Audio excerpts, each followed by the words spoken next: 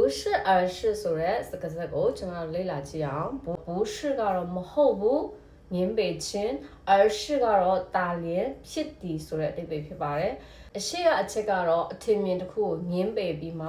အနောက်ကအချက်ကတော့အမှန်တရားဖြစ်ကြောင်းအလေးအနက်ရှင်းပြတဲ့အချိန်မှာသုံးမှာဖြစ်ပါတယ်不是而是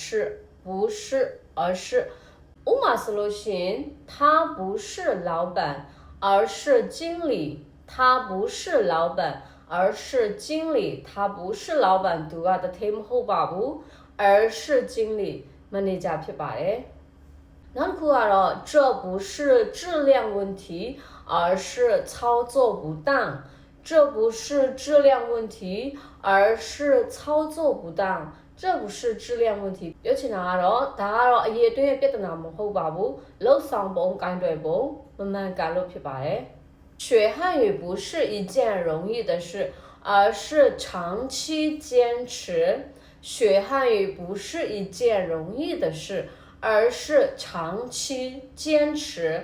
ပြောချင်တာကတရုတ်စာသင်တာဟာလွယ်ကူတဲ့အရာမဟုတ်ပါဘူးရေရှည်ဆွဲရှိနဲ့ကျွန်တော်တို့လေ့လာသင်ယူရတဲ့အရာဖြစ်ပါတယ်လို့ပြောတာဖြစ်ပါတယ်他不是中国人而是缅甸人他不是中国人而是缅甸人ပြောချင်တာကသူကတရုတ်လူမျိုးမဟုတ်ပါဘူးမြန်မာလူမျိုးပါလို့ပြောတာပါအမှကျွန်တော်တို့က不是而是နဲ့တွေ့သုံးလို့ရပါတယ်不是而是ဆိုတဲ့အဓိပ္ပာယ်ကတော့အရှိမကတော့အမားငင်းပေခြင်းဖြစ်မှာအနောက်မှာကတော့အမှန်တရားဖြစ်ကြောင်းပြန်မှရှင်းပြတဲ့အချိန်တွေမှာပြောရမှာဖြစ်ပါတယ်大家再见